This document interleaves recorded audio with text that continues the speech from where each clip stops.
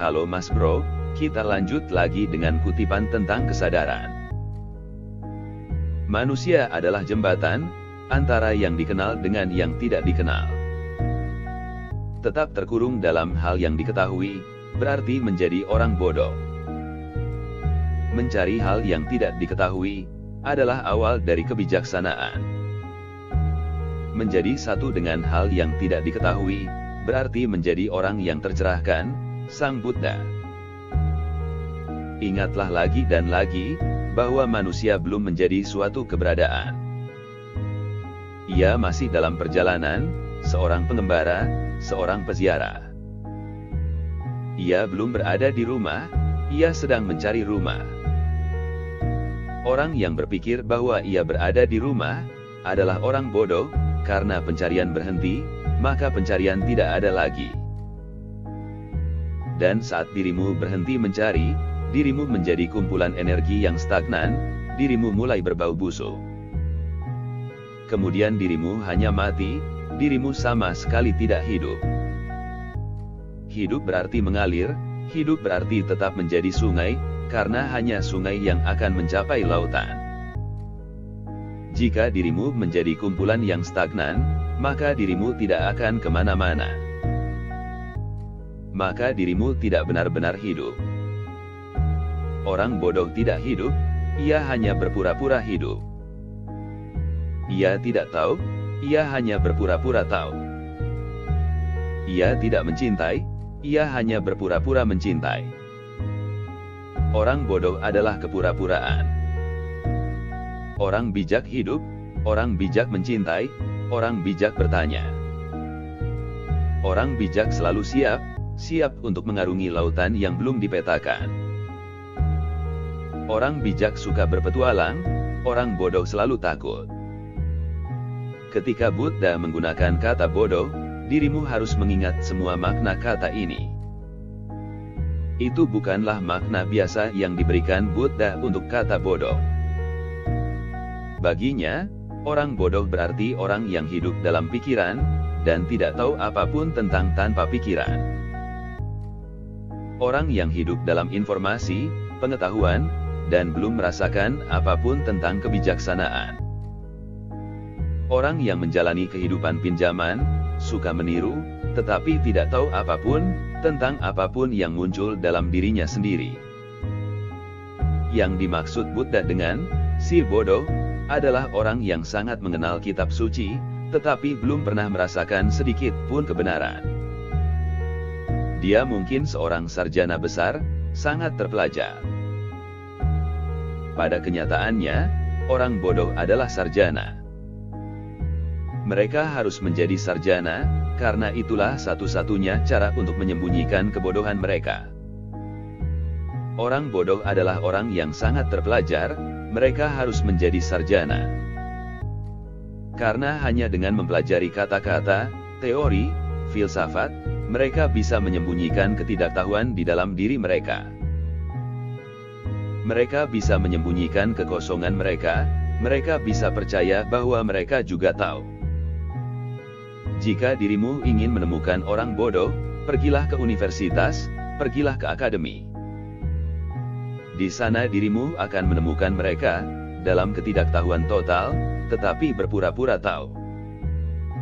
Mereka tentu tahu apa yang dikatakan orang lain. Tetapi itu bukanlah pengetahuan yang sebenarnya.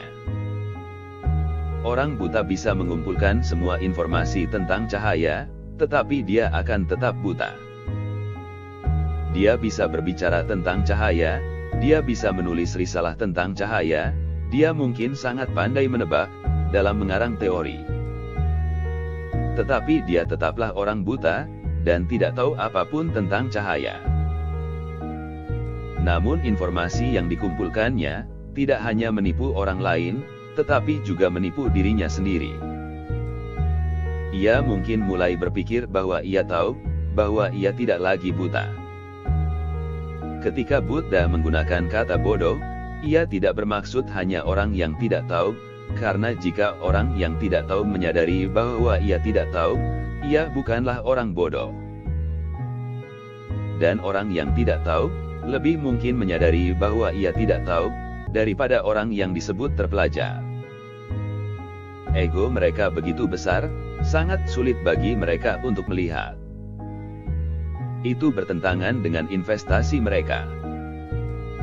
Mereka telah mengabdikan seluruh hidup mereka untuk pengetahuan. Dan sekarang, untuk menyadari fakta bahwa semua pengetahuan ini tidak ada artinya, sia-sia, karena mereka sendiri belum merasakan kebenaran, itu sulit, sangat sulit. Orang yang tidak tahu bisa mengingat bahwa ia tidak tahu, karena ia tidak akan kehilangan apapun. Sedangkan orang terpelajar tidak bisa menyadari bahwa ia bodoh, karena ia akan kehilangan banyak hal. Orang yang berpengetahuan adalah orang bodoh yang sebenarnya. Orang yang tidak tahu itu polos, ia tahu bahwa ia tidak tahu.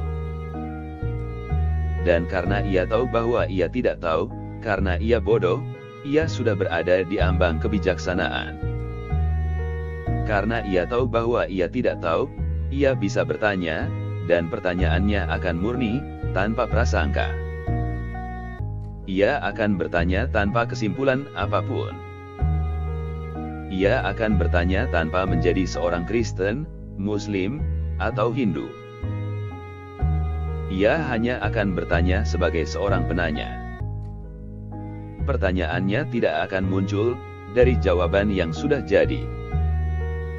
Pertanyaannya akan muncul dari hatinya sendiri. Pertanyaannya tidak akan menjadi hasil sampingan dari pengetahuan. Pertanyaannya akan bersifat eksistensial. Ia bertanya karena ini adalah masalah hidup dan mati baginya. Ia bertanya karena ia benar-benar ingin tahu. Ia tahu bahwa ia tidak tahu, itulah sebabnya ia bertanya. Pertanyaannya memiliki keindahan tersendiri. Ia bukan orang bodoh, ia hanya tidak tahu. Orang bodoh yang sebenarnya adalah orang yang berpikir bahwa ia tahu, tanpa benar-benar tahu sama sekali. Sokrates mencoba melakukan hal yang sama di Athena. Ia mencoba membuat orang-orang bodoh yang terpelajar itu sadar bahwa semua pengetahuan mereka salah. Bahwa mereka benar-benar bodoh, tukang berpura-pura, munafik. Tentu saja, semua profesor, semua filsuf, dan semua yang disebut pemikir, menjadi marah. Athena penuh dengan orang-orang seperti itu. Athena adalah ibu kota ilmu pengetahuan pada masa itu. Sama seperti orang-orang zaman sekarang, yang memandang ke arah Oxford atau Cambridge, orang-orang dulu memandang ke arah Athena. Kota itu penuh dengan orang-orang bodoh yang terpelajar. Dan Sokrates mencoba menjatuhkan mereka ke bumi, menghancurkan pengetahuan mereka, mengajukan pertanyaan-pertanyaan yang sederhana, tetapi sulit dijawab oleh mereka, yang hanya memperoleh pengetahuan dari orang lain. Athena menjadi sangat marah dengan Sokrates. Mereka meracuni orang itu. Sokrates adalah salah satu orang terhebat, yang pernah ada di bumi. Dan apa yang dilakukannya, hanya dilakukan oleh sedikit orang. Metodenya adalah metode dasar. Metode penyelidikan Sokrates sedemikian rupa, sehingga mengungkap orang-orang bodoh sebagai orang bodoh. Tentu saja, mengungkap orang bodoh sebagai orang bodoh, itu berbahaya, karena ia akan membalas dendam.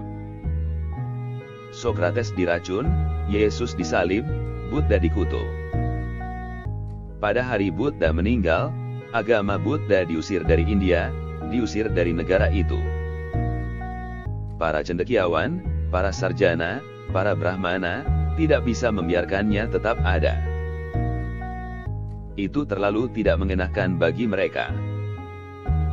Serangan utama Buddha adalah pada para brahmana, orang-orang bodoh yang terpelajar, dan tentu saja mereka tersinggung. Mereka tidak bisa menghadapi Buddha, mereka tidak bisa menemuinya. Mereka menunggu kesempatan dengan cara yang licik. Ketika Buddha meninggal, mereka mulai melawan para pengikutnya. Ketika cahaya itu padam, maka tibalah saatnya bagi burung hantu, orang-orang bodoh yang terpelajar, untuk memerintah negara itu lagi. Dan sejak saat itu, mereka telah memerintah bahkan hingga sekarang, mereka masih berkuasa. Orang-orang bodoh yang sama. Dunia telah banyak menderita. Manusia bisa menjadi kejayaan bumi. Tetapi karena orang-orang bodoh ini, dan kekuatan mereka untuk menyakiti, mereka telah menghancurkan segala kemungkinan, segala kesempatan bagi manusia untuk berkembang.